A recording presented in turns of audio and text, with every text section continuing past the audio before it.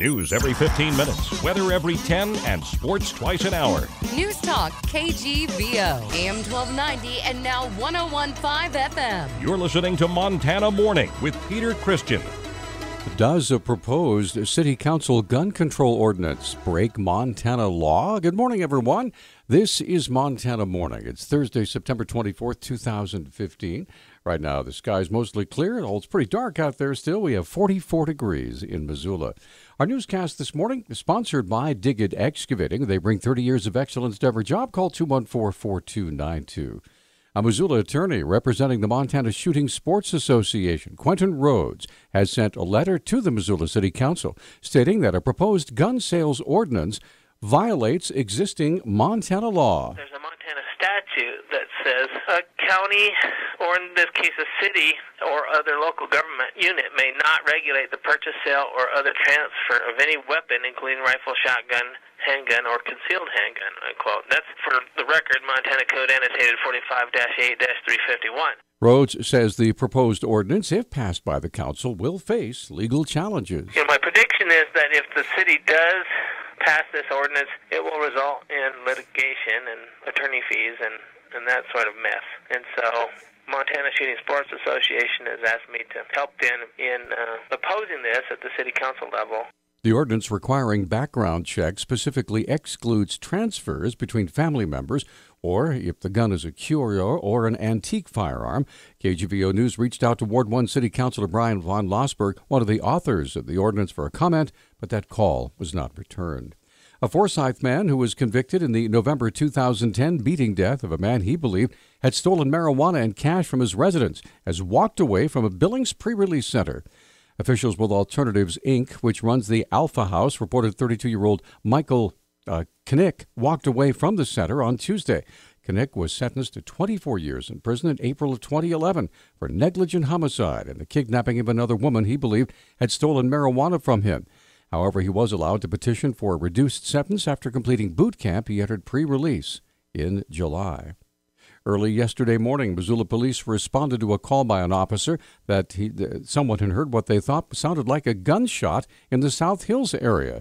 Public Information Officer Travis Welsh explains. We received information that there had been a noise that sounded like it could have been a gunshot in the South Hills, specifically in the areas of Mainview and Hillview. Officers responded to the area, were unable to pinpoint exactly where it came from. Police then went door to door in the area. They knocked on doors to find out if there had been a problem or if the source of the noise could be identified, or if people said that they had heard it or not heard it, and about 4 people said they had heard it in the area. Welsh says an investigation turned up no further information on where exactly the sound came from or whether or not the sound had actually come from a firearm. A federal court judge in Great Falls is considering legal arguments over whether tribal officials need to comply with subpoenas demanding access to tribal government documents, or if tribes are immune from court orders to produce evidence because they are sovereign nations. The Great Falls Tribune newspaper reports the dispute comes from a $5 million lawsuit against the Bureau of Indian Affairs over alleged damages.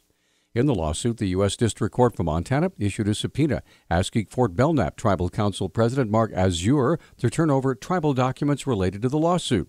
Azure refused to comply, citing tribal sovereign immunity, and the plaintiff in the lawsuit asked the court to find him in contempt and force him to produce the documents. A U.S. district judge heard arguments on Tuesday. The search for a missing bow hunter from Kalispell has intensified in the Big Hole Battlefield National Park after 53-year-old Robert Carter failed to respond to his wife and family for over a week. Beaverhead County Undersheriff David Chase says the search for Carter has now been concentrated in one 40-square-mile area. We're trying to utilize as many different type of assets as possible. We have air support, dog teams on the ground teams of hikers, four-wheel drive vehicles are being utilized, as well as horses. Chase specifically wanted to remind the KGVO listeners who hunt alone to take certain precautions in case they become lost or injured. They sell these little portable units. They're called a spot, and they have a SOS function on them that if you become disabled for one reason or another, you can hit that device and it will send an alert to law enforcement telling them that you're in trouble. Chase would not say how much longer the effort would continue to locate Carter, but that all search teams are working as long as they have daylight. He also emphasized the problem that the hunter was wearing camouflage clothing rather than hunter orange, being a bow hunter, which makes him much more difficult to spot. Montana won't be increasing the number of caseworkers under the governor's plan to improve the effectiveness and oversight of the State Division of Child and Family Services, but it will hire 33 assistants to help existing caseworkers. Governor Steve Bullock's announcement on Monday said the agency would hire 33 additional frontline staff, but was not more specific. The agency has 12 child protection specialist positions that are open at this time. A skunk in the Missoula area has contracted rabies from a colony of feral cats. Missoula Animal Control Supervisor Jeff Dara has the latest. One of the cats had been killed by the skunk that did test positive for rabies, and we just about have them all. We've trapped over 30 cats from this feral colony, but also in the process we're trying to pick up another skunk or two in the immediate area to test them as well. Dara says that pet owners should be aware of protections that they can provide. It is important that animals be vaccinated all the time, not just when there's a rabies scare. And if you're feeding your pets outside, I would stop doing that, or at least monitor it, and don't leave food out all night long, because these skunks and raccoons and what have you are going to come to that food and eat it, and you're going to run into trouble. It has been 20 years since the skunk variation of rabies was common in western Montana.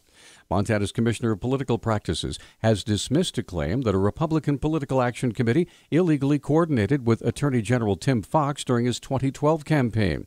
Commissioner Jonathan Modell decided Wednesday that insufficient evidence exists to show Fox and the Republican State Leadership Committee were strategizing during the election season.